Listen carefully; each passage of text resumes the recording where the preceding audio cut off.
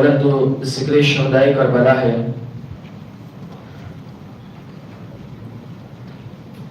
تو ہم تو امام حسین کے چاہنے والے ہیں، تو پیچھے کیوں بیٹھے، آگے آگے بیٹھ جائیں. جتنے بھی حضرات پیچھے ہیں مہربانی کر کے آگے آگے بیٹھ جائے. مجھے بھی ایسا لگا کہ میں ایک مجمع میں ہوں اور جتنا رسپانس آپ کا ملے مجھے بھی اتنا بولنے میں مزہ آئے گی.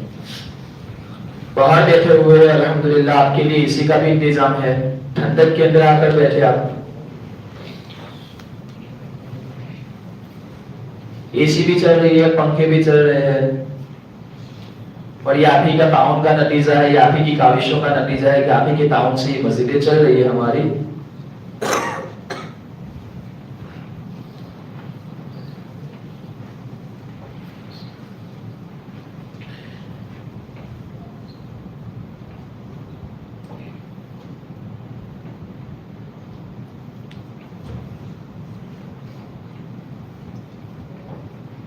جو ہمارے بچے ہیں ٹیک چھوڑ کر بیٹھے، یہ ٹیک والی چیز میں بتا دوں، اگر ابھی سے ٹیک لگائیں گے تو گجراتی માં કહી દો કે હવે કે આપણે દેશી ઘી નહીં ખાતા, આગળ જતા આપણે ટેક વાળું પીવું પડશે. એટલે જેવી પ્રેક્ટિસ આપણે પાડીશું એવી આપણને આદત રહેશે ઇન્શાઅલ્લાહ. مسجد کے ادب کے تعلق سے حضرت علی فرماتے ہیں مسجد کے ادب، وہ کبھی قدم کو اٹھا کے نہیں چلتے تھے. ہم لوگ مسجد میں نہ جانے کیسے بیٹھتے ہیں کیسے اٹھتے ہیں، حضرت علی کے چلنے کا طریقہ یہ تھا. حضرت علی قدم اٹھا کے بھی نہیں چلتے تھے. عام بادشاہوں کی ہم بات کریں تو وہاں ہم بغیر تیاری کے نہیں جاتے، تو پوری کائنات کے بادشاہ کے گھر میں جب ہم بیٹھے اور وہاں ہمارے پاس ادب نہ ہو، ہر چیز عطا کرنے والا اللہ تعالیٰ ہے. یہ ہمارا ایمان ہے، اولاد ہو، رزق ہو، ساری چیزیں ہو، ساری پریشانیوں کو دور کرنے والا وہی ہے. جب اس کی بارگاہ میں ہم بیٹھے اور ہمارے پاس ادب نہ ہو، ہم اسلام کے ماننے والے اسلام میں پہلے الف، ہم اللہ کے ماننے والے اس میں پہلے الف، یہ الف ہی ہمیں بتا رہا ہے کہ ہمیں ادب کرنا چاہیے، ہمیں ادب کرنا چاہیے. پہلے اللہ تبارک و تعالی ہمیں خیر عطا فرمائے اور ہمیں ادب کرنے کی توفیق و تفریح عطا فرمائے. الحمد للہ ثم الحمد للہ الحمد للہ الذي بعث فينا أشرف الأنبياء والمرسلين له لا شريك له لا شريك له في السماوات ولا في الأرضين ونشهد أن لا إله إلا الله وحده لا شريك له ونشهد أن سيدنا وسندنا وقائدنا وقدوتنا ومعلمنا ومربينا وغوثنا وغياثنا ونورنا وسرورنا ونبينا وحبيبنا وعزيزنا وكريمنا ورحيمنا وشفيعنا يوم العرض على الله محمدا عبده ورسوله صلاة وسلاما عليك يا رسول الله الغفار وعلى آلك الأطهار وصحبك الأبرار وعلى جميع أولياء الله الأخيار وبعد فأعوذ بالله من الشيطان الرجيم بسم الله الرحمن الرحيم واعتصموا بحبل الله جميعا ولا تفرقوا صدق الله العظيم وصدق رسوله النبي الكريم ونحن على ذلك لمن الشاهدين والشاكرين والحمد لله رب العالمين.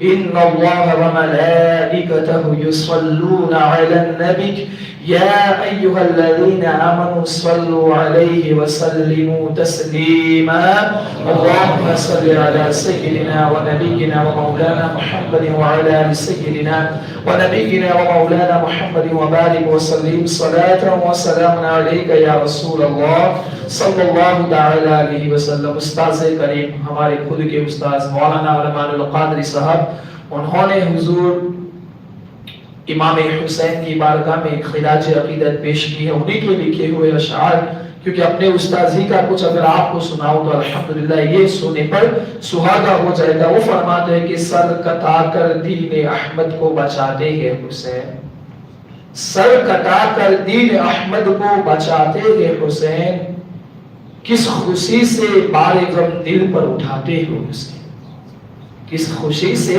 بار غم دل پر اٹھاتے ہیں حسین۔ لا تقولوا فی سبیل اللہ کی تفسیر ہے، اللہ کی راہ میں جو قتل کیے گئے انہیں مردہ نہ کہو، یہ لا تقولوا فی سبیل اللہ کی تفسیر ہے، سر ہے نیزے پر مگر قرآن سناتے ہیں اسے، سر ہے نیزے پر مگر قرآن سناتے ہیں اسے۔ واقعہ مشہور ہے، میرے امام کا جب سب تن سے جدا کر دیا ان ظالموں نے سر کو، پھر ان لوگوں نے نیزے میں بلند کیا، سر تو تن سے جدا ہو گیا لیکن قرآن کی تلاوت امام کی زبان پر جاری تھی، قرآن کی تلاوت امام کی زبان پر جاری تھی۔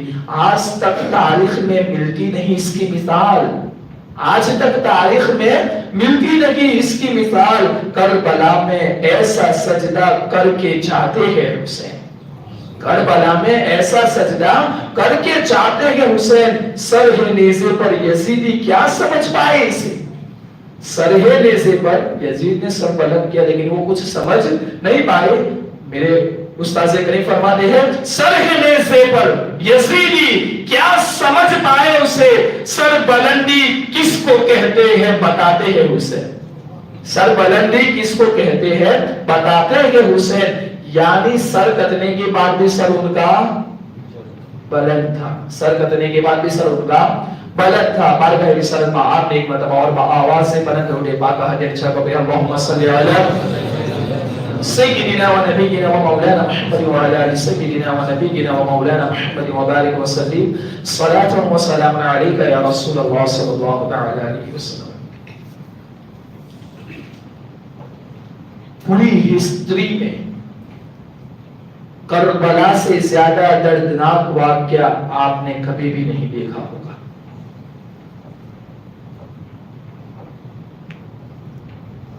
اس موقع پر میں آپ لوگوں کو سب سے پہلے نصیحت کر دوں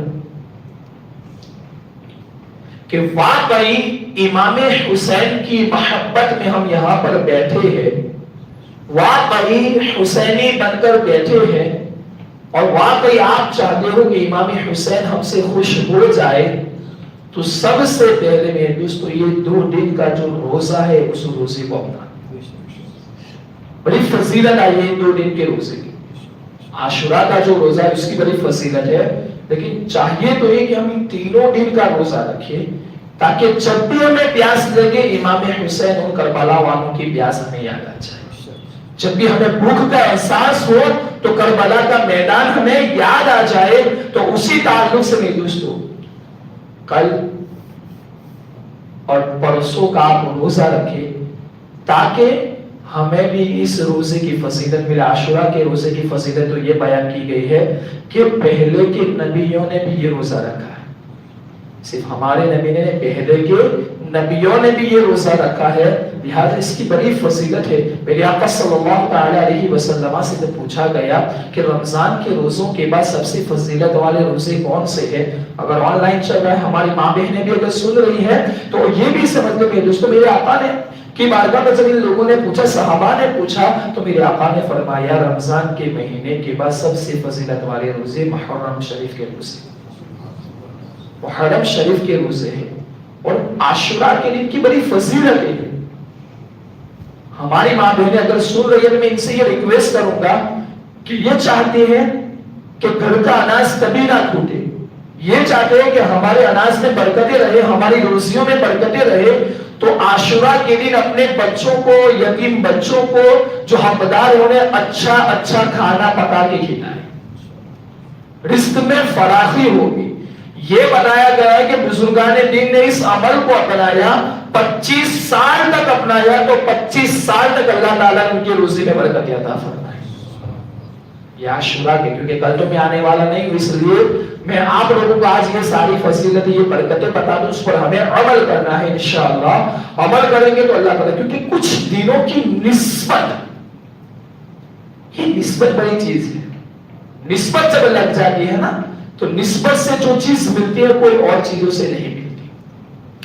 اسی طریقے سے آپ کے پگوٹھن میں جو بھی یتیم بچے ہو، جو بھی یتیم ہو، ان کے سر پر ایک مرتبہ جا کر محبت سے ہاتھ پھیر دے، محبت سے ہاتھ پھیرے۔ یہ بتایا گیا ہے کہ اس کے ہر بال کے بدلے اللہ تعالیٰ تمہاری جنت میں درجہ بلند فرمائے گا۔ ہر بال کی صرف ہاتھ محبت سے پھیرنا ہے، صرف ہاتھ محبت سے پھیرنا ہے۔ ہاں، پیاسوں کو پانی پلانا، شربت وغیرہ کے فاتحہ دینا، اور یہ کھچڑا کا جو فاتحہ ہے یہی جو چیز ہے۔ کھچڑے میں کیا لگتا ہے؟ ہر پرکار کی دال آتی ہے، چاول آتے ہیں، تیل آتا ہے، سارے مسالے آتے ہیں۔ یہ ایک ہی امام حسین کی نیاز ایسی ہے کہ پورا سال یہی اناج ہمارے گھر میں چلتا ہے، تو اسی نیاز کو ہم پکا لیں تو پورے سال کے اناج میں اللہ تعالیٰ برکت عطا فرما دے گا، پورے سال کے اناج میں اللہ تعالیٰ ہمارے برکت عطا فرما دے گا۔ نسبت، جب نسبت کی بات آ گئی تو مجھے بہت سی چیزیں یاد آ گئی، اسی کے تعلق سے انشاءاللہ تعالیٰ میں اہل بیت کی بارگاہ میں آپ کو لے جاؤں گا، لیکن نسبت سمجھ لیجیے۔ اور دنوں میں یہ چیزیں کریں کہ ہمیں یہ برکتیں نہیں، اور دنوں میں یہ ساری چیزیں کریں کہ ہمیں اتنی فضیلتیں نہیں، اور دنوں میں جو بھی کریں گے اتنی فضیلتیں نہیں۔ اس دین کی فضیلت نسبت کے ساتھ، کیونکہ یہی عاشورہ کا وہ دن ہے کہ جس میں حضرت آدم علیہ السلام کی توبہ قبول ہوئی، یہی وہ دن ہے کہ حضرت نوح کی کشتی پار لگ گئی، یہی وہ دن ہے کہ حضرت یونس کو مچھلی کے پیٹ سے آزادی ملی، یہی وہ دن ہے میرے دوستو کہ انبیاء کرام کی پیدائش ہوئی۔ یہ وہ دن کی برکتیں ہیں، یہ وہ نسبتیں ہیں اس کے ساتھ، اس لیے اس دن کی برکتیں اور ہیں، لیکن ان ساری نسبتوں سے زیادہ بہترین نسبت اس دن کی وہ ہے کہ جس میں دین کی حفاظت کے لیے رسول کا لاڈلا شہید ہوا، رسول کا پیارا بیٹا شہید ہوا اپنے خاندان کے ساتھ۔ اس لیے اللہ تعالیٰ نے اس دین کی فضیلت اور بڑھا دی ہے۔ میرے دوستو، بہت سی چیزیں یہ دیکھی گئی کہ علم جس درجے پر آپ کو نہیں پہنچا سکتا، عمل یا ریاست یا عبادت جس درجے پر نہیں پہنچا سکتی، کبھی کبھی نسبت آپ کو اس درجے تک پہنچا دیتی ہے، کبھی کبھی نسبت آپ کو اس درجے تک پہنچا دیتی ہے۔ ارے بہت سے علم والوں کو ہم نے گمراہ ہوتے ہوئے دیکھا ہے، بہت سی ریاست اور فضیلت والوں کو ٹھوکر کھاتے ہوئے دیکھا ہے۔ میرے دوستو، واقعہ نگرانی مقصود نہیں ہے، لیکن سمجھانے کے تعلق سے میں آپ کو بتاؤں کہ ایک ایسا علم والا تھا جو صرف فقہ حنفی کا جاننے والا نہیں تھا، فقہ شافعی کا جاننے والا نہیں تھا، یا فقہ مالکی کا جاننے والا نہیں تھا۔ ایک ایسا علم والا تھا جو صرف شریعت محمدی کا علم نہیں رکھتا تھا، ارے شریعت مصطفی کا بھی علم تھا، شریعت ابراہیمہ کی علم تھا، سارے نبیوں کی شریعتوں کا اس کے پاس علم تھا، لیکن کیا دیکھا؟ اور وہ کسی انسانوں کو نہیں پڑھاتا تھا، وہ فرشتوں کو پڑھاتا تھا۔ کس کو پڑھاتا تھا؟ فرشتوں کو پڑھاتا۔ میرے اشارے کو آپ سمجھ گئے ہوں گے، وہ فرشتوں کو پڑھاتا تھا، فرشتوں کو، وہ بھی جنت جیسی درسگاہ میں، جنت جیسی درسگاہ میں وہ پڑھاتا تھا۔ اس کے چولہا ایک طرف جاتا تھا تو کئی فرشتوں کو وہ سبق دیتا تھا، جب دوسری طرف جاتا تھا تو کئی فرشتوں کو وہ سبق دیتا تھا، لیکن کیا دیکھا؟ کیا اس کے علم نے اسے بچایا؟ اس کے علم نے اسے بچایا؟ اور عبادت و ریاست کا معاملہ وہ تھا کہ اگر اس کے سجدوں کو پھیلا دیا جائے 6 کروڑ برس، اللہ تعالیٰ کی اس نے ایسی عبادت کی کہ اگر اس کے سجدوں کو زمین پر پھیلا دیا جائے تو زمین کا کوئی خطہ، کوئی کونا ایسا باقی نہیں ہوگا کہ جہاں اس کا سجدہ تھا۔ اس کی عبادت نے اسے بچایا، اس کی ریاست نے اسے بچایا۔ تو پتا یہ چلا کہ علم والے بھی گمراہ ہوتے ہیں, عبادت کرنے والے بھی کبھی کبھی ٹھوکریں کھاتے ہیں, لیکن نسبت سے جو چیز ملتی ہے وہ کبھی ضائع بھی نہیں ہوتی, وہ کبھی, اس لیے کہ نسبت سے شے ممتاز ہوتی ہے. عربی کا ایک قاعدہ ہے, نسبت سے شے ممتاز ہوتی ہے. کعبہ کا مرتبہ کتنا ہے, کعبہ کی فضیلت کتنی ہے, مکہ شہر کی فضیلت کتنی ہے. کان آمینہ, جو اس میں داخل ہو گیا تم کبوتر بھی نہیں مار سکتے, چڑیا بھی نہیں مار سکتے, انسان کی بات تو نہیں مار سکتے.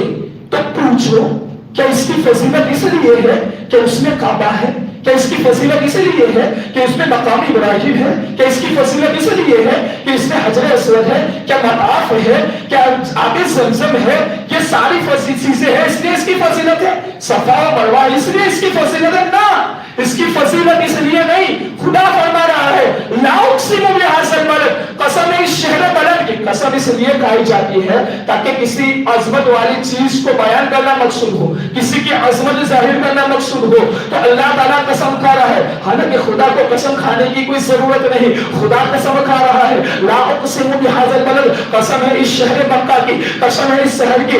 کیوں؟ وانت حل بہذا البلد, اے محبوب آپ کے قدموں کو اس زمین نے بوسا دیا, اس لیے اس شہر کی قسم.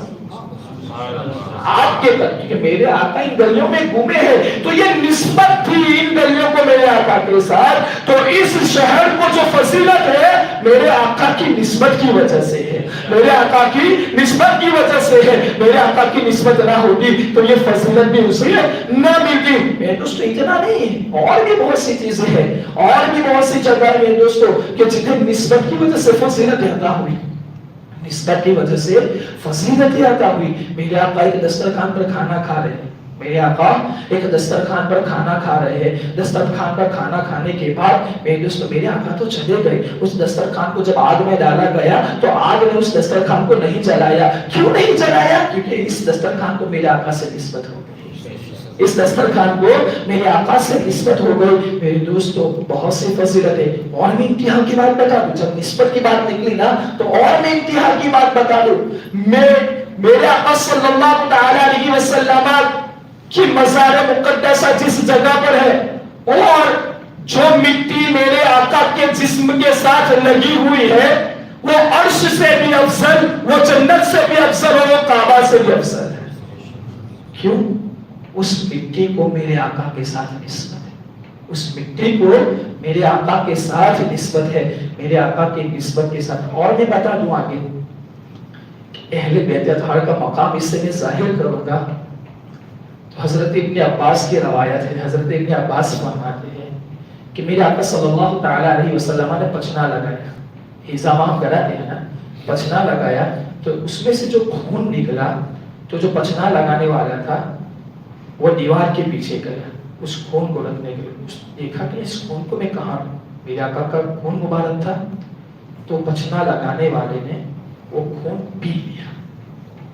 وہ خون جب وہ واپس آئے تو میرے آقا نے پوچھا کہ وہ خون کہاں ڈالا؟ کہا یا رسول اللہ یہ آپ کا خون مبارک تھا, میں کدھر ڈالتا, میں کس مقص میں تھا, اس کو میں پی گیا. میرے آقا نے فرمایا تجھ پر جہنم حرام, تجھ پر جہنم حرام. اور میں بتا دوں مالک بن یسار جنگ احد کے موقع پر, مالک بن یسار میرے آقا جو زخمی تھے تو ان کے جسم مبارکہ سے جو خون مبارک نکل رہا تھا انہوں نے پی لیا. تو میرے آقا نے فرمایا اگر کسی کو جنتی آدمی کو دیکھنا ہو تو مالک بن یسار کو دیکھ لو. پتا یہ چلا کہ میرے آقا کے خون کی نسبت ان کے ساتھ لگ گئی. جب میرے آقا کے صحابی ان کی رگوں میں میرے آقا کا خون نہیں تھا, صرف میرے آقا کا نکلا ہوا خون یہ پی گئے, تو انہیں میرے آقا نے جنتی کہا. تو یہ فاطمہ کے لادلے, یہ علی کے دلارے, یہ رسول صلی اللہ علیہ وسلم کے شہزادے کہ جن کی رگوں میں تو نبی کا خون ہے, نبی کا خون ہے, تو ان کا مقام کہاں پر ہوگا؟ یہ نسبت یہاں پر پہنچاتی, نسبت ہمیں وہاں پر پہنچاتی ہے جہاں کوئی مرتبہ نہیں ہوتا.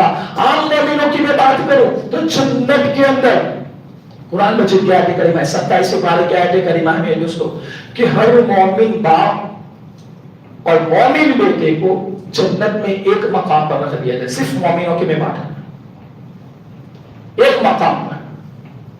اگر باپ مومن ہے اور بیٹا کی بھی میت ہوئی ایمان کی حالت میں، تو باپ اگر اونچے درجے پہ ہے تو اسے بھی اسی درجے پر پہنچایا جائے گا. خدا کا فضل تو دیکھو، یہ باپ کا مقام. اور اگر بیٹا اونچے درجے پہ ہے تو بیٹے کے صدقے میں باپ کو اس کے درجے پر پہنچایا جائے گا. آپ کو اس کے یہ ایمان کی قید اس لیے کہ بہت سے باپ ایسے ہوں گے کہ جن کے کچھ بچے کافر ہو گئے ہوں گے، اس لیے قرآن میں یہاں ایمان کی قید لگائی گئی. تفسیر نور العرفان کے اندر یہ چیز مذکور ہے. تو آپ بتاؤ میرے آقا کا درجہ کون سا ہے؟ یہ تو جنت کے مالک ہے، یہ تو جنت کے مالک ہے. تو میرے آقا کا درجہ کون سا؟ اگر بیٹا اونچے درجے پہ ہو، وہ ایمان والا ہو، تو ماں باپ کو اس کے درجے پر پہنچایا جائے گا. تو اب تو مانو کہ میرے آقا کے والدین کو کہاں پہنچایا جائے گا؟ میرے آقا کے والدین کو کہاں پہنچایا جائے گا؟ حسنین کریمین کو کہاں پہنچایا جائے گا؟ فاطمہ اور علی کو کہاں پہنچایا جائے گا؟ اہل بیت کو کہاں پہنچایا جائے گا؟ تو یہ ساری فضیلتیں نسبت کی وجہ سے ہے، یہ ساری فضیلتیں نسبت کی وجہ سے ہے. اس لیے بارہا میں کہتا ہوں کہ کبھی کبھی علم والے بھی ٹھوکر کھا جاتے ہیں، عبادت و ریاست والے بھی گمراہ ہوتے ہوئے نظر آتے ہیں، لیکن نسبت والے جو ہوتے ہیں، کیونکہ نسبت جو ملتی ہے وہ خدا کے فضل سے ملتی ہے، نسبت جو ملتی ہے وہ خدا کے فضل سے ملتی ہے. اور جو چیز خدا کے فضل سے ملے وہ کبھی ضائع اور بیکار نہیں ہوتی، وہ کبھی ضائع اور بیکار نہیں ہوتی. بارگاہ رسالت میں آپ ایک مرتبہ آواز سے بلند کریں پاک بھائی اچھا کہ اللهم صل علی سیدنا و نبینا و مولانا محمد و علی آل سیدنا و نبینا و مولانا محمد و بارک وسلم صلاۃ و سلام علیک یا رسول اللہ صلی اللہ تعالی علیہ وسلم. دیکھو یہ تو باہر کی چیزیں تھی، لیکن سمجھانا ضروری تھا، اس لیے کہ اٹیک کرنے والے ہر جگہ گھومتے ہیں، تو جواب دینا بھی آپ کو بنتا ہے کہ جواب کس طریقے سے دیا جائے. یہ ایمان والی جو درجے والی میں نے بات کی وہ تفسیر نور العرفان کے اندر ہے. کس کے اندر ہے؟ عام مومنوں کی بات، ایک قاعدہ کلیہ ہو گیا عام مومنوں کی بات کہ جب ایمان والا ایک ساتھ جنت میں ہو تو باپ بڑے درجے پہ ہو تو بیٹے کے بھی اس درجے پر پہنچایا جائے گا. تو اہل بیت تو میرے نبی کی حال ہے، کیونکہ میرے آقا نے خود فرمایا، حضرت علی سے خود فرمایا کہ لوگوں کی نسل اس کے باپ سے چلتی ہے، اے علی میری نسل تجھ سے اور فاطمہ سے چلی ہے، میری نسل تجھ سے اور فاطمہ سے چلے گی. میرے دوستو یہی یعنی حضرت علی اور فاطمہ کی جتنی بھی اولاد ہے، حالانکہ حضرت علی میرے آقا کے داماد ہے، میرے آقا کے داماد ہے، لیکن پھر بھی میرے آقا نے کیا فرمایا؟ میری نسل علی اور فاطمہ سے چلے گی. تو جتنی بھی ان کی اولاد ہے یہ میرے آقا کی اہل بیت ہے، جتنی بھی ان کی اولاد ہے میرے آقا کی اہل بیت ہے. وَاعْتَصِمُوا بِحَبْلِ اللَّهِ جَمِيعًا، اللہ کی رسی کو مضبوطی سے پکڑ، وَلَا تَفَرَّقُوا، اور ٹکرا ٹکرا نہ. اس آیت کی چند وضاحت تو میں نے آپ لوگوں کے سامنے بیان کی تھی. میں نے بتا دیا تھا کہ رسی کا کام کیا ہے. رسی کا کام ہے مصیبت سے بچانا، ہلاکت سے نجات کی طرف لے جانا، یہ رسی کا کام ہے. تو اللہ تعالیٰ فرما رہے وَاعْتَصِمُوا بِحَبْلِ اللَّهِ جَمِيعًا، اللہ تعالیٰ کی رسی کو مضبوطی سے پکڑ لو. اس کا مطلب یہ کہ ہماری راہ میں کوئی مصیبتیں ہیں، ہماری راہ میں کوئی مصیبتیں ہیں کہ جس کی وجہ سے اللہ تعالیٰ اس اہل بیت اطہار کی رسی کو مضبوطی سے پکڑنے کے لیے کہہ رہا. کیونکہ میں نے تفسیر کر دی تھی، حبل اللہ سے مراد امام اعظم کے استاذ کریم حضور غوث پاک کے جد کریم امام جعفر صادق رضی اللہ تعالیٰ عنہ سے پوچھا گیا کہ اللہ کی رسی سے مراد کیا ہے؟ تو حضرت امام جعفر صادق رضی اللہ تعالیٰ عنہ نے فرمایا نحن ابناء اللہ، ہم اہل بیت یہی اللہ تعالیٰ کی رسی ہے، ہم اہل بیت یہی اللہ تعالیٰ کی رسی ہے. تو پتہ یہ چلا کہ ہمیں رسی کو پکڑنے کے لیے کہا تو ہماری راہ میں کوئی مصیبتیں ہیں، ہماری راہ میں کچھ رکاوٹیں ہیں. اس لیے اللہ تعالیٰ کہہ رہا ہے، اور 1450 سال سے دیکھ لو کہ جب بھی اسلام پر کوئی بھی آنچ آئی، اسلام پر کوئی بھی رکاوٹ آئی تو ان حبل اللہ نے اسلام کو بچایا، اسی حبل اللہ نے اسلام کو بچایا. ہر دور کے اندر کبھی کبھی صحابہ نے بچایا، کبھی میرے دوستوں کربلا کے میدان میں شہدائے کرام نے بچایا، میرے دوستوں کبھی غوث پاک نے بغداد میں بچایا، تو کبھی ہمارے ہندوستان میں غریب نواز نے بچایا۔ آئیے دور نہیں ہے میرے دوستوں، ہر دور کے اندر یہ حبل اللہ اہل بیت نے اس اسلام کو بچایا ہے، اس دین کو بچایا ہے میرے دوستوں، لا الہ الا اللہ کی بنیاد کو بچایا ہے۔ یہی اللہ کے اہل بیت، یہی اللہ کے رسول صلی اللہ تعالی علیہ وسلم کے اہل بیت ہے، یہی اہل بیت نے بچایا۔ کیا نہیں دیکھا کہ بغداد کی سرزمین پر جب ظلم و ستم پیرے جانے لگے، جب میرے دوستوں اسلام پر اعتماد ہونے لگا، تو اللہ تعالیٰ نے اپنے لاڈلے حضرت غوث پاک کو بھیجا، اور بھیجا تو کیسے بھیجا؟ کرامتوں کے ساتھ بھیجا۔ میرے دوستوں اگر کوئی پریشان حال ان کی بارگاہ میں آتا تو حضور غوث پاک کی دعا سے وہ پریشانی دور ہو جاتی تھی۔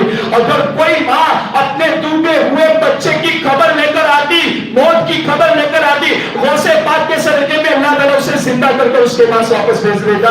کوئی اگر گمراہ آتا تو ہدایت پا کر جاتا، چور آتا تو ولایت پا کر چلا جاتا، چور آتا تو ولایت پا کر جاتا۔ یہی حبل اللہ، یہی حبل اللہ۔ اور کیا آپ نے غریب نواز کی ہسٹریوں کو نہیں پڑھا؟ یہ بھی تو اللہ کے حبل اللہ ہے۔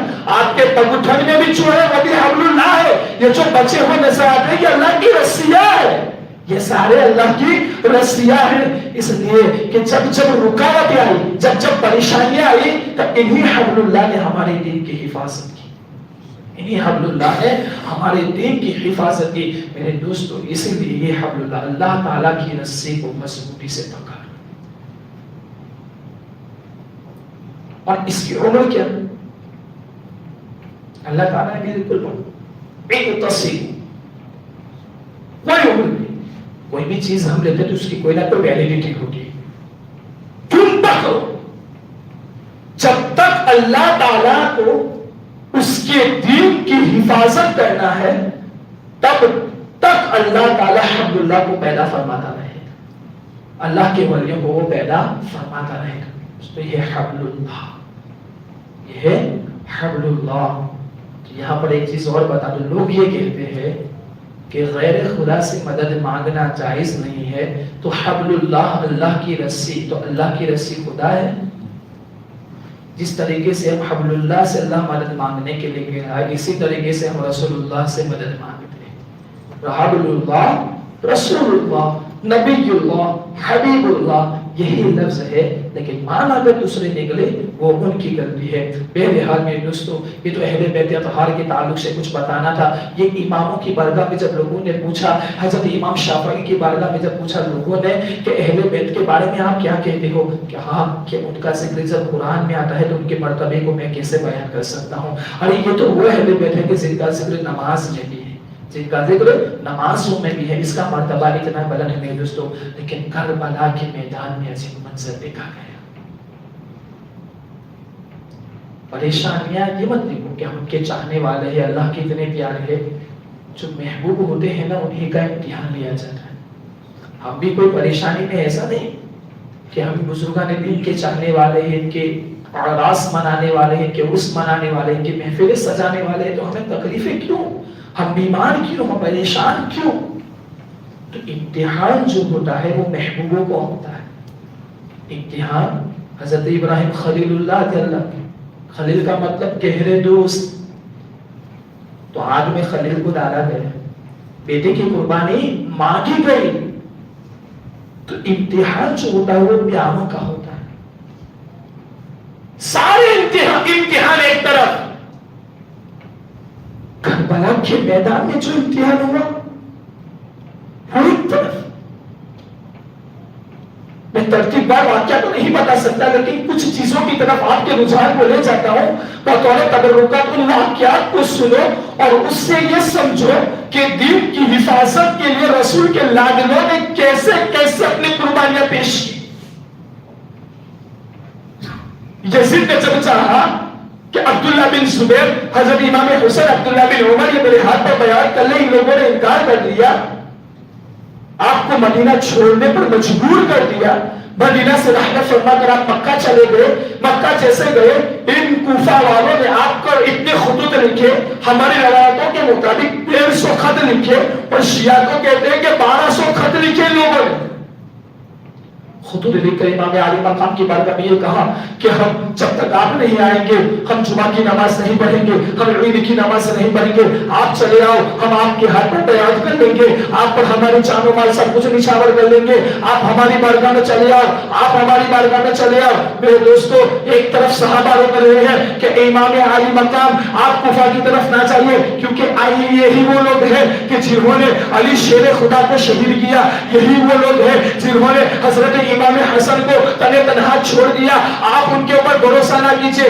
لیکن امام تھے, لیکن یہ بھی امام تھے. کل قیامت کے لیے حجت نہ بن جائے کہ ہم نے تو اے اللہ تیرے ایک مقرر بندے کی بارگاہ میں خط لکھا تھا وہ آئے نہیں تو ہم نے کینسل کر دی, یہ حجت نہ ہو جائے. تو بیچ والا راستہ نکالا حضرت امام عالی مقام نے, بیچ والا یعنی حضرت امام مسلم کو بھیجنے کے لیے, اور انہیں خط بھی دکھا کہ میرا چچا زاد بھائی وہاں پر آ رہا ہے.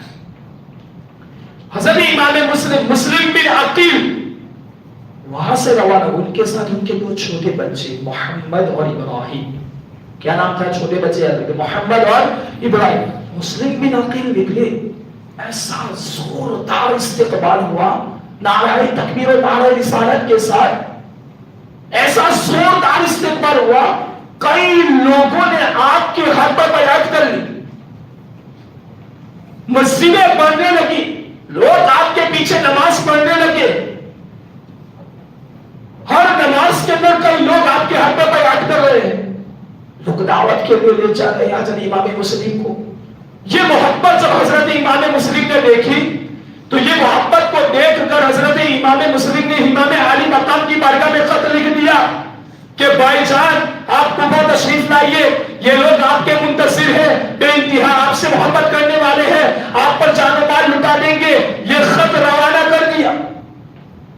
ایک طرف یزید کی جو حامی تھے, جو ان کے چاہنے والے تھے, یزید کو جو چاہنے والے تھے, ان لوگوں نے یزید کی بارگاہ میں لکھا, کہا کہ تم کوفہ کی سلطنت کو بچانا چاہتے ہو تو مسلم بن عقیل یہاں پر آئے ہوئے ہیں اور نعمان بن بشیر جو گورنر ہے ان کے خلاف کوئی ایکشن نہیں لے رہے ہیں, اور یہاں پر ان کے ہاتھ پر لوگ بیعت کر رہے ہیں, لہذا ان کے خلاف کوئی ایکشن لیجیے اگر تم کوفہ میں اپنی سلطنت کو بچانا چاہتے ہو. تو اس یزید نے ابن زیاد کو خط لکھا, عبداللہ بن زیاد کو, فوراً جتنے بھی کام ہو سب کو چھوڑ کر تم فوراً کوفہ چلے جاؤ. اس نے یہ کہا کہ مسلم بن عقیل سے بیعت مانگنا, اگر وہ بیعت سے انکار کرے تو انہیں قتل کر دینا, لوگوں کو دمکانا سب کچھ کرنا, لیکن پھر بھی وہ بیعت سے انکار کرے میری تو لوگوں کو بھی قتل کر دینا. یہ ابن زیاد کو کہا. اور اسی وقت امام عالی مقام نے بھی بصرہ کی طرف ایک خط لکھا, کیونکہ بصرہ والے بھی چاہتے تھے کہ ابن زیاد وہاں تک گورنر تھا تو وہ بھی چاہتے تھے کہ امام عالی مقام کی بارگاہ میں ہم جائیں, ان کے ہاتھ پر ہم بیعت کر لیں. تو امام عالی مقام کا ایک قاصد وہاں پہ پہنچا تھا, لیکن بصرہ کی کورٹ نے یہ سمجھا کہ یہ ابن زیاد کی کوئی چال ہوگی, تو وہ خط لے کر ابن زیاد کے پاس گئے. امام حسین کے قاصد کو بلا کر اس نے وہیں پہ شہید کر دیا, اس نے وہیں پہ شہید کر دیا. یہاں امام مسلم خبر پہنچ گئی یزید نے ابن زیاد کو بتا دیا. ابن زیاد کو بتانے کے بعد ابن زیاد بڑا شاطر تھا, بڑے شاطر دماغ کے ہوتے, بڑا شاطر تھا وہ. تو ابن زیاد نے وہاں سے جو نکلا تو اس وقت وہاں پر بھی اس نے ایک تقریر کی کہ میں اپنے بھائی عثمان بن زیاد کو یہاں پر رکھ کر جاتا ہوں, اگر تم میں سے کوئی بھی میرے خلاف ہوگا تو تمہاری جان و مال مجھ پر حلال ہو جائے گی. اس نے یہ کہا, نکلا اپنے ساتھ 500 آدمی کے راستے میں کچھ کم ہوتے گئے, لیکن شاطر دماغ تھا نا, کیونکہ امام علی مقام کی راہ لوگ دیکھ رہے تھے کوفہ میں ان کی محبت کی کھادے اس وقت.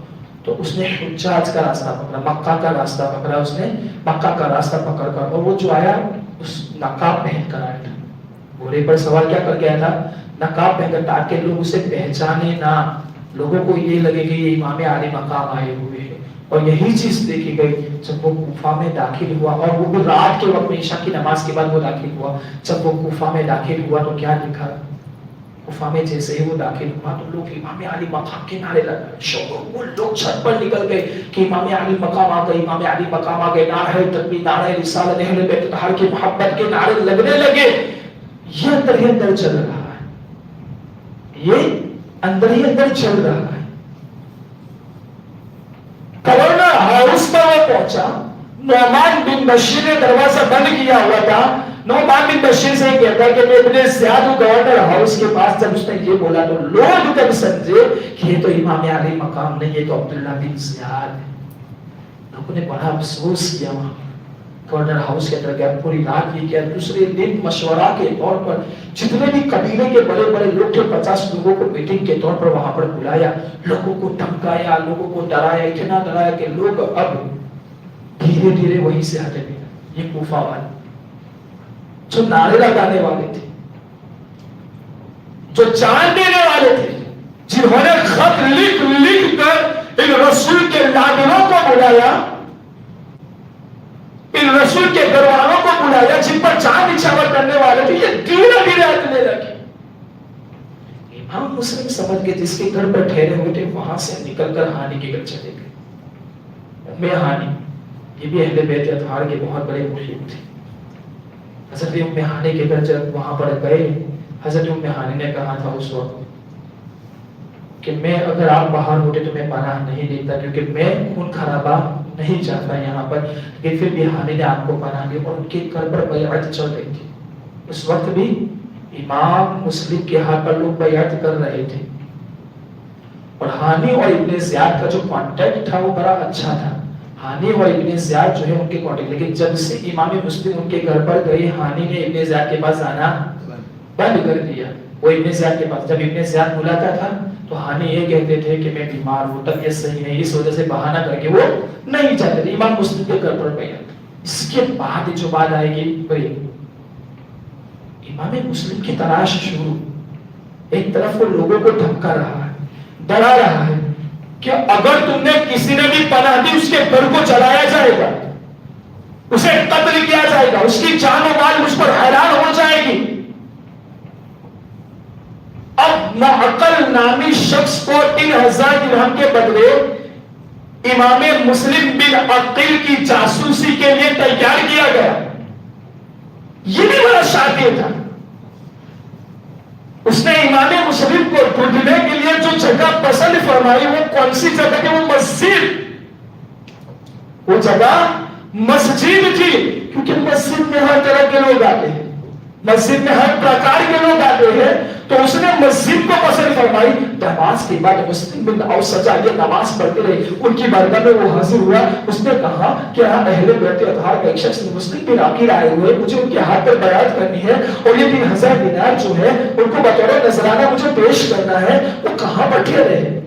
پہلے تو جواب نہیں, تم مجھ سے کیوں پوچھ رہے ہیں؟ اور لوگ بھی ہم مجھ سے کہا مجھے آپ بھلے معلوم ہوتے ہیں, مجھے آپ اچھے معلوم ہوتے ہیں, نیک لگتے ہیں, آپ نمازیں پڑھتے ہیں. اپنی باتوں میں ایسے گھما دیا.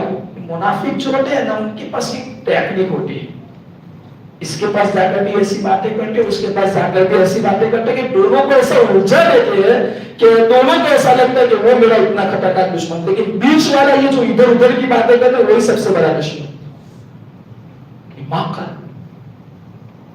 مسلم اور سچا انہوں نے آخرکار ہانی کا گھر اسے بتا دیا. ہانی کا گھر بتایا. صرف اس نے اس پر اکتفا نہیں کیا, وہاں جا کر 3000 دینار نذرانے کے طور پر پیش کیے, بیعت بھی کی. لیکن وہ روزانہ آتا تھا جاتا تھا, آتا تھا جاتا تھا. جتنی بھی باتیں, جتنی بھی گفتگو امام مسلم اپنے چاہنے والوں سے کرتے, پوری باتیں وہ جا کر ابن زیاد سے کرتا تھا.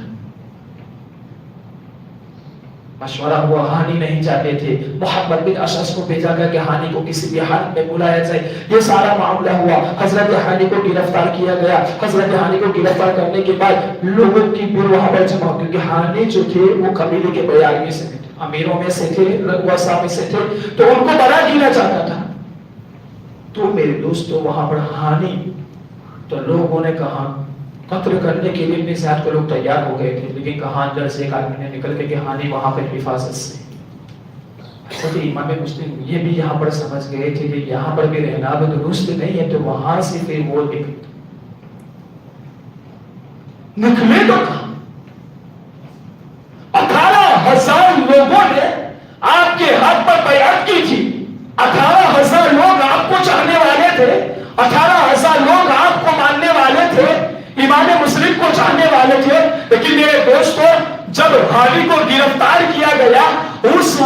حضرت امام مسلم اور دوسرے لوگ وہاں پر جتنے بھی موجود تھے وہاں پر موجود تھے. عشاء کی اذان ہوئی, مصلی امامت پر جب امام مسلم چڑھے تو 18,000 میں سے صرف 500 لوگ آپ کے ساتھ تھے.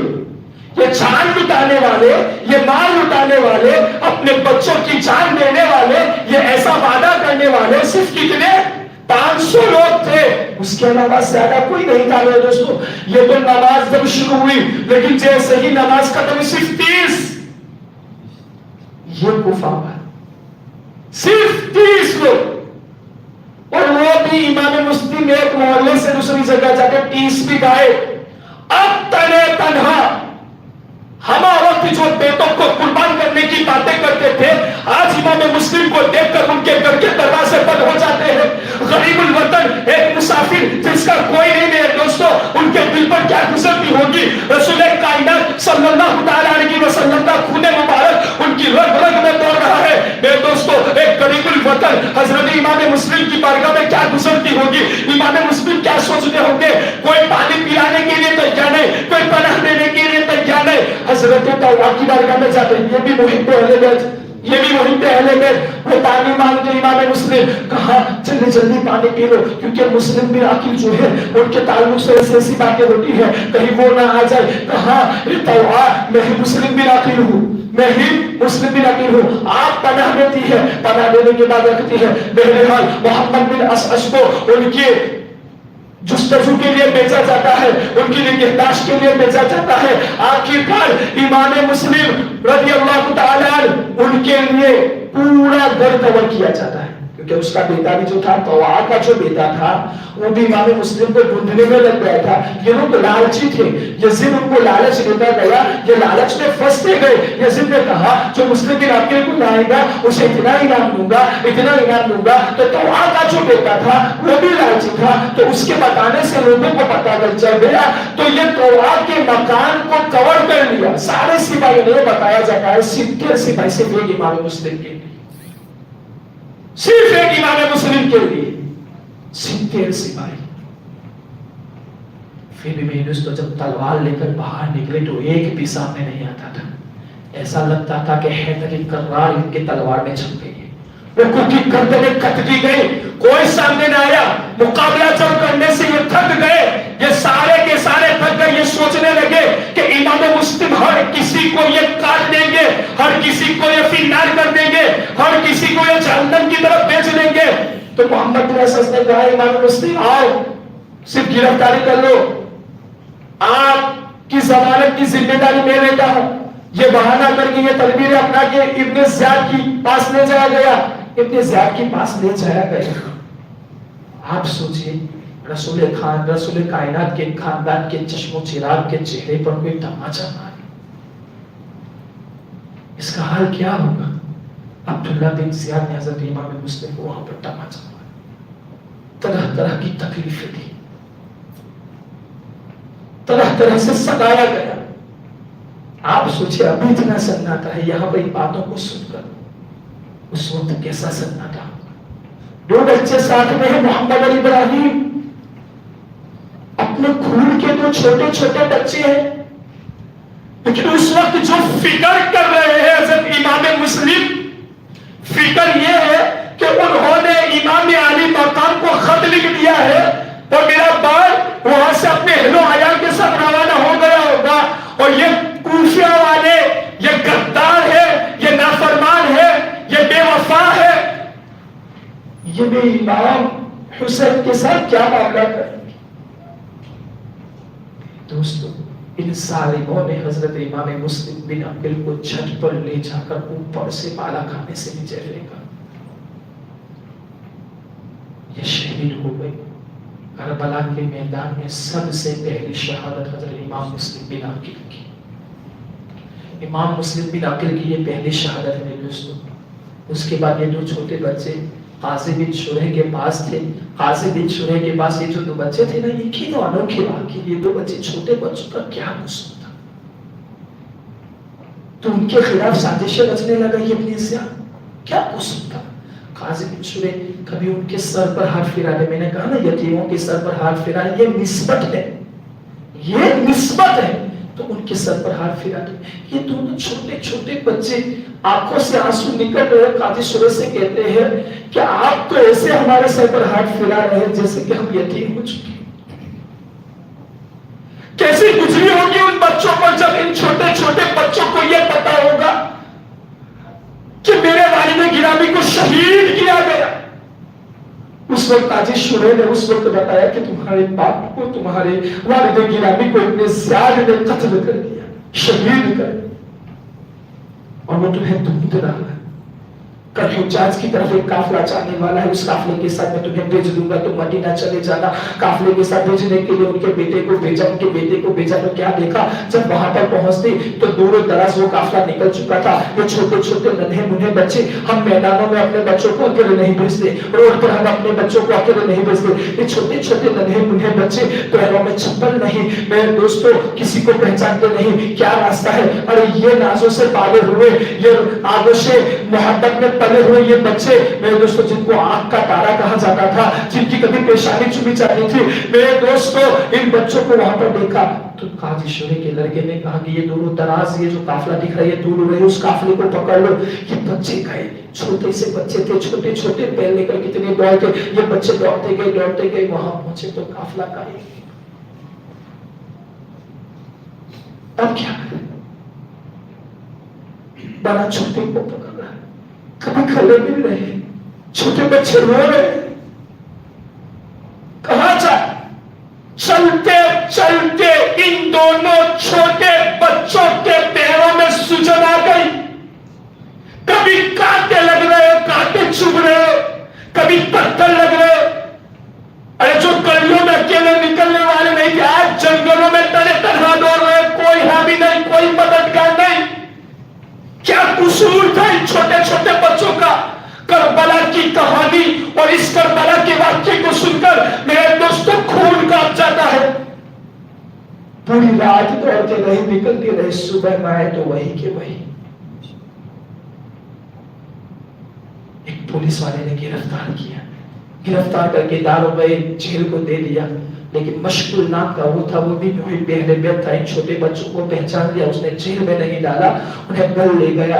انہیں اس کو معلوم تھا کہ میں یہ کام کر رہا ہوں, مجھے بھی قتل کر دیا جائے گا, لیکن اہل بیت کے ساتھ میں غداری نہیں کر سکتا.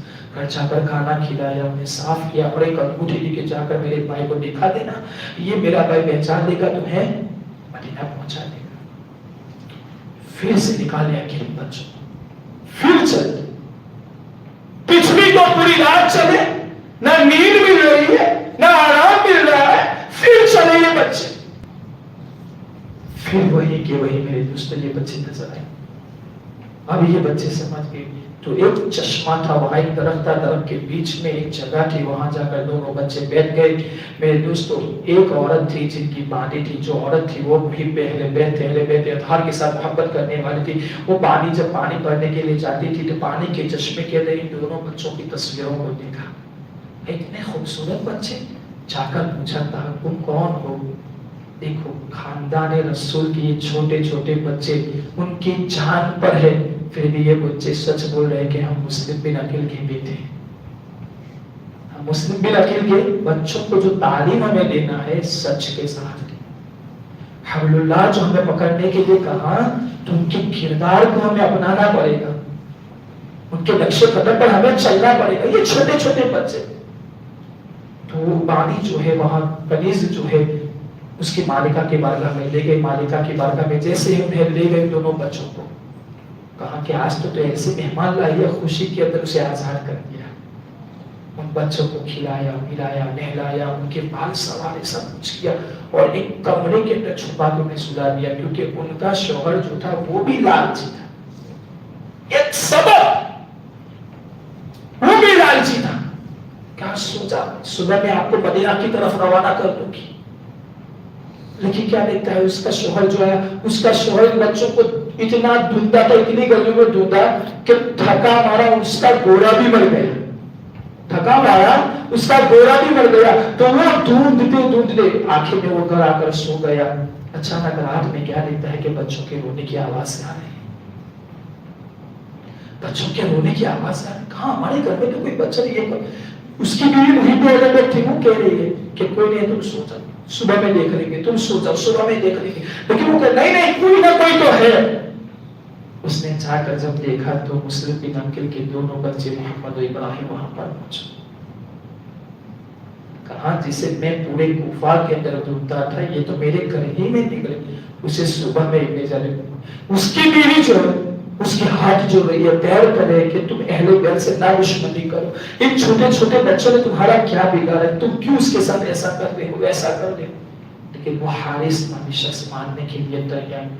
اس کی بیوی جو رکاوٹ کر رہی تھی بچوں کو کمرے کے اندر بند کر دیا. اس عورت نے یہ کہا تم لوگ سوئے ہوئے تھے اچانک کیوں تم لوگ رونے لگے؟ تو بڑے بچے نے کہا کہ جب میں سویا تو مجھے خواب آیا تو خواب کے اندر میں نے رسول کائنات صلی اللہ تعالی علیہ وسلم کا دیدار کیا. ایک طرف میرے نانا جان تھے تو ایک طرف میرے حضرت علی کرم اللہ وجہہ الکریم حضرت فاطمہ اور میرے بابا جان مسلم بن عقیل آئے. اور مسلم بن عقیل سے اللہ کے رسول نے فرمایا اے مسلم تم اکیلے آئے ہو اپنے بچوں کو نہیں لائے ہو؟ تو حضرت مسلم نے اس خواب میں جواب دیا تھا کہ نانا جان میرے بچے میرے پیچھے آ رہے ہیں، میرے بچے میرے پیچھے آ رہے. یہ خواب دیکھ کر مجھ سے رہا نہ گیا اور میرے آنکھوں سے آنسو نکل گئے کہ یہ ظالم اب مجھے بھی شہید کر دیں گے، میرے بھائی کو شہید کر دیں گے. اور ایسا ہی ہوا میرے دوستو. یہ حارث نامی شخص ان بچوں کو لے کر گیا گھسیٹتا ہوا لے کر گیا. ارے ہم قربانی میں بکرے کو بھی ایسے نہیں پکڑتے. اس ظالم نے ان منہن بچوں کو ایسے پکڑا. لیکن اتہاس گواہ ہے، تاریخ کے پنوں کو اٹھا کر دیکھ لو. آج ہم بھائی بھائی کے دشمن ہیں، بھائی بھائی کا نہیں ہے. آج نہ جانے ہم کیسے اختیار کر رہے ہیں. میرے دوستو آپ دیکھو یہ حارث نامی شخص جب بڑے بھائی کی گردن پر تلوار رکھتا ہے تو چھوٹا بھائی کہتا ہے میں اپنی آنکھوں کے سامنے میرے بھائی کو قتل ہوتے ہوئے نہیں دیکھ سکتا، تم مجھے پہلے قتل کر. جب چھوٹے کی گردن پر تلوار جاتی ہے تو بڑا کہتا ہے میں اپنے بھائی کو اپنی آنکھوں کے سامنے قتل ہوتے ہوئے نہیں دیکھ سکتا، تو میری گردن پہلے مار دے. یہ محبت تھی بھائیوں کی، یہ اہل بیت اطہار کی محبت تھی. اس ظالم نے دونوں کو ایک ساتھ قتل کر دیا. یہ کربلا کی کہانی آج کے دن سے لگاتار 3 دن بھوکے پیاسے، ماں کو انتظام نہیں. یہ 2 چھوٹے بچے، ایک تو یہ 2 چھوٹے بچے ایک خیمے کے اندر. علی اصغر بھی تھا. اس معصوم کا کیا قصور؟ یہ تو دودھ پیتا بچہ تھا، یہ تو چل بھی نہیں سکتا تھا، یہ تو کچھ مانگ بھی نہیں سکتا تھا. دودھ پیتا چھوٹا بچہ. ارے جس کی پیاس کو دیکھ کر خیمے میں بیٹھنے والی عورتوں کے سکم جو سوکھ گئے تھے ان کی بھی پیاس چلی گئی تھی. یہ بھول گئی تھی کہ ہمیں پیاس لگی ہے. اس چھوٹے کے بچے سے کیا قصور تھا؟ حضرت امام حسین کی بارگاہ میں جاتی ہے کہتی ہے اے امام اس چھوٹے سے بچے کو لے جا کر کہیے کہ اس چھوٹے بچے کا کیا قصور، صرف اسے پانی دے دو. کیا دیا ان لوگوں نے؟ پانی نہیں دیا. ایسا ہے کہ نیزہ ہمارا کہ جب ان کے گلے کو چیرتا ہوا ہمارے امام کے پاس کو لگ گیا. کربلا کی کہانی جب ہم سنتے ہیں تو آنکھوں سے آنسو نکل جاتے ہیں. ایک ایک کر کر خاندان نبوت کے ایک ایک چشم و چراغ دین کے خاطر شہید ہو گئے. آج اگر ہمارے گھروں سے ایک ساتھ 3 موت ہو جائے تو کتنا غم کریں گے؟ تو ان لوگوں نے تو میرے دوستوں ایک ہی خاندان کے کئی چشم و چراغ دین کے خاطر لٹا دیے. کیسا ماحول تھا. وقت نہیں ہے ورنہ حضرت علی اکبر، حضرت قاسم، حضرت عباس، ان سارے لوگوں کی شہادت اگر میں سنتا تھا میرے دوستو یہ ہمارے بچوں کو بتانا ضروری. کیوں اہل بیت اطہار کی محبت ضروری؟ کیوں رسول کے خاندان والوں کے ساتھ محبت ضروری؟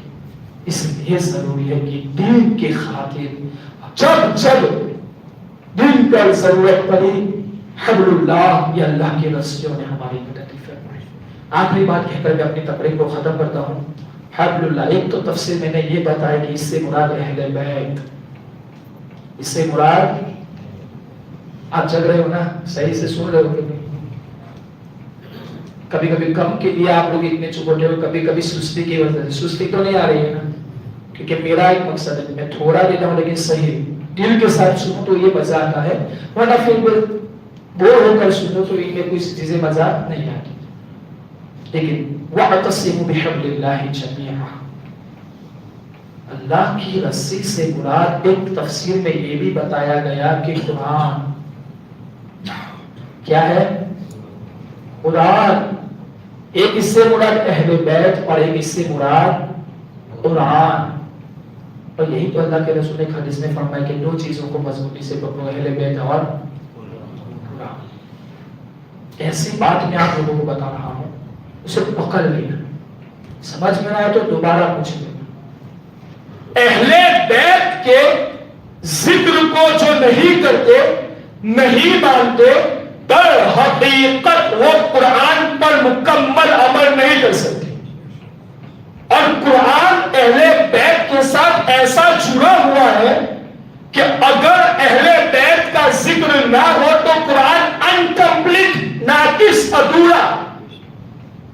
کیونکہ یہی قرآن کہہ رہا ہے انما یرید اللہ لیذھب عنکم الرجس اہل البیت ویطہرکم تطہیرا.